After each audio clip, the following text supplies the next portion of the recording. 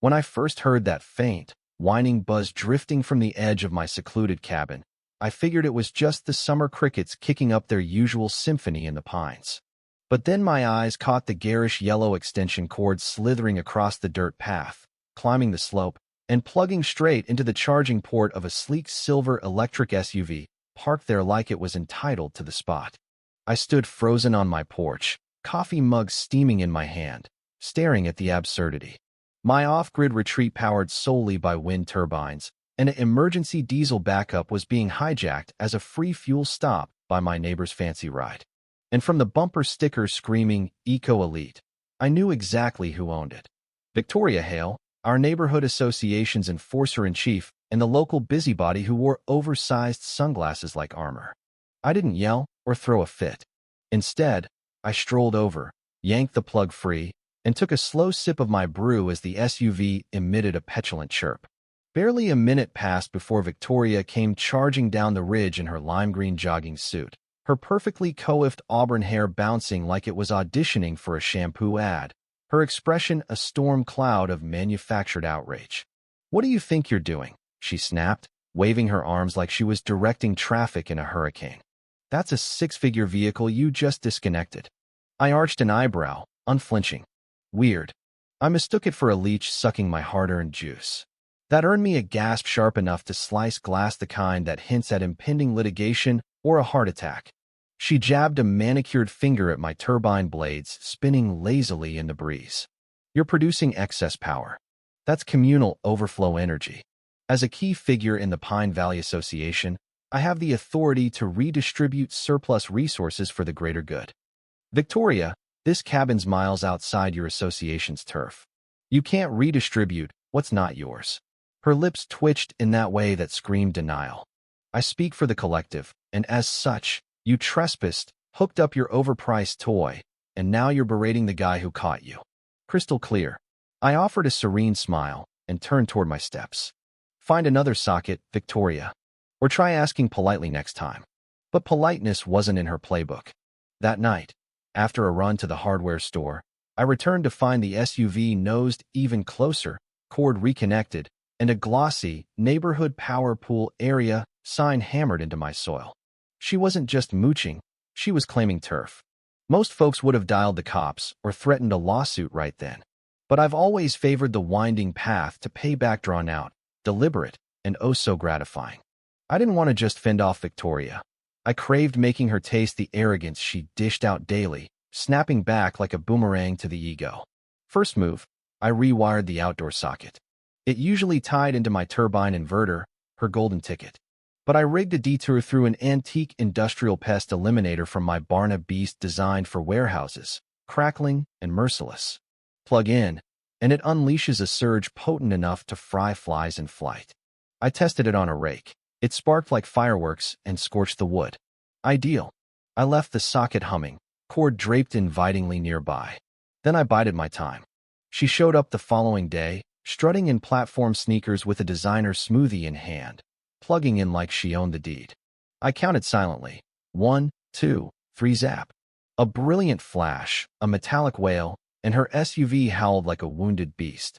Victoria leaped backward, dousing herself in berry slush, flailing like a startled peacock. She ripped out the cord, bellowed something incoherent, maybe ancient curses, and fled up the hill. That should have ended it, but Victoria's fatal flaw was her delusion of superiority. Morning brought a cease and desist notice taped to my gate, pinned by association head Leonard Graves, her loyal lapdog. It accused me of resource stockpiling under a fabricated eco-neighbor mandate. Forget that my land wasn't on their map or that no such rule existed in county files. She'd conjured a regulation and demanded obedience. So I lawyered up with a real attorney, hit the county office, and 4 kicks dipped off the local TV station about unauthorized energy theft from a self-sustaining homestead. They hesitated at first, but perked up when I mentioned the culprit was the association Veep, infamous for nickel-and-diming residents, like finding a disabled vet for a crooked mailbox. 3 days later, a reporter and cameraman were on my deck, grilling me on the drama. I kept it humble, just a quiet guy guarding his haven. I showed them her sign and the singed cord, still reeking of ozone. They ate it up. The segment hit primetime, war over wind power, blurring Victoria's face until she barged in, yelling about intrusion, handing them a crystal-clear shot of her smoothie-splattered fury. Poetry in motion. You'd think the humiliation would douse her fire, but I underestimated her vanity's depth. Instead, she summoned an emergency association gathering not routine, but to ballot on broadening their domain to swallow bordering lands, mine included. If there's one obsession tyrants like her crave more than control, it's form's endless, spirit-breaking bureaucracy. Soon my mailbox overflowed with a packet. Charter of the Maple Ridge Harmony Council, her DIY association, self-appointed as supreme overseer. It came with newsletters, rules, welcomes, and a citation against me for disrupting communal harmony via wildlife sabotage. She'd sketched a map with my place ringed in crimson, labeled Issue. She'd roped in a handful of naive locals pensioners and a conspiracy nut who doubted climate change's sign-on, dubbing the Strip a temporary oversight district, pure fiction dressed as fact. Signs sprouted at intersections. Enter Maple Ridge, standards enforced. One was tilted. The hypocrisy nearly floored me. Retaliation accelerated. A city letter arrived, probing my unlicensed animal enclosures, complete with blurry pics of a raccoon I'd once shooed away her twisted spin. Thankfully, the inspector was sane. He toured, chuckled at the nonsense, and dismissed it. This the power pill for lady. I confirmed. You're the fourth complaint this month. She dinged someone for uneven flower beds. He advised suing if she ramped up, but I was already plotting, spreadsheets brimming with countermeasures. Victoria was relentless, like a drone on a grudge quest. Her boldest stunt nearly ignited the whole block figuratively, then literally. I pulled up to kids milling on my grass beside a table laden with flyers. Victoria had erected an awareness station on my turf uninvited, banner blaring, "Keep Maple Ridge Pure. No to rogue neighbors." A pitcher of mint water flanked cookies molded as turbines with slashes through them. She was lecturing. Some folks weaponize nature against harmony, but we're wiser, right? The bored preteens yawned. Victoria, I interjected calmly. Why the invasion? Her grin was plastic perfection. Public education. Your yard's prime visibility, and it was. Vacant. Vacant. That's code for neglected. Merely advice. Vacate my property. She herded the kids away like lost lambs. I traced the cookies to a nearby bakery, ordered under her name, but delivered here. I snapped pics and blasted the neighborhood app. Lesson today, don't peddle treats on stolen land. Responses flooded emojis, memes. Neighbors piled on. She'd warned one about disruptive bird feeders, another about ahistorical holiday lights. By dusk, I had a dossier of her antics. Then a call from the regional community oversight group. Victoria had tried legitimizing her sham council with doctored maps and phony votes. She listed you as deputy, the guy said. I roared with laughter. Our bond. I once rigged a pest zapper to zap her charger. He groaned. Suspected as much. We're probing. 2 days on, she staged a forum in her yard chairs, speaker, tent-tagged Maple Ridge together. Attendance? 6 souls, including her cat. She ranted on unity, threats to order. I arrived mid-tirade with a drive and projector, silently beaming her highlight reel onto her garage. Trespass clips, cookie crusades, feeder fines. Captions timed impeccably. Gasps rippled, one clapped. Victoria halted, screeching unauthorized transmission. Call it truth serum, I shot back. Study the Bill of Rights before inventing regimes. Her mic died shared outlet with my setup. I nodded farewell, footage looping as folks dispersed, one swiping her donated sodas. But she wasn't done. That evening, my porch was pelted not kid stuff, but tactical.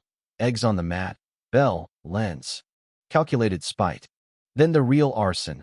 My fuse panel charred, wires twisted like burnt pasta, air thick with acrid smoke. No accident. Her sloppy signature. Calling authorities now? She'd twist it, paint me unhinged. No, I needed a masterstroke adhesive, irrefutable. I rang Ethan, the wizard electrician who could resurrect fried circuits with duct tape and grit. Fixable. Yep. Fancy an enhancement. I detailed the sabotage. He smirked. Mind games. Precisely. By twilight, we had a concealed redundant grid, buried and locked. The gem, a phony exterior plug linked to a tweaked pest transformer, triggering on heavy draw enough to scorch a cable, jolt the user, and trigger my hidden cam. 3 nights later, her SUV crept in at twilight. I watched dimly lit as she emerged in a sparkling Power Queen ensemble, glancing furtively before jamming the cord. Crack. Sparks flew. The vehicle screeched. Victoria recoiled, yelping gibberish, one heel lost in the dirt. I captured it all. Instead of blasting wide, I anonymously dropped it in her own online group. Pro tip: don't poach power if volts baffle you. It buzzed locally laughs, worries, her decaled ride unmistakable. Vic Energy emblazoned like a vanity brand. Denials flew, then threats of suits for falsified media. Her blunder, lodging a sheriff report. Deputy Ortiz, with his rhyme mustache, viewed the tape and quipped, "Countersue for intrusion or utility larceny?" I demurred. "Long game." He nodded. "Plenty here fed up with her nonsense." That's when it hit. Victoria bred foes like weeds. Bullied souls rooted for me silently. I, unbound by their rules, was the wild card. Time for closure. I threw a lakeside barbecue, public ground beyond their lines. Grills, brisket, turbine-cooled brews. Word spread. Over 50 came families, elders, even bored defectors. I toasted subtly to fair winds, then revealed my sculpture. A welded SUV plug in a Zapper, base etched to Victoria, fondly. Cheers erupted, pics snapped. Her kid filmed from afar, eyes bulging. She vanished post-event. A bulletin hit mailboxes. Victoria Hale stepping down for private issues. Whispers said she ditched the SUV for a bland crossover. No flair. She detoured around my path, dabbled in knitting permisses. Patel, my haven.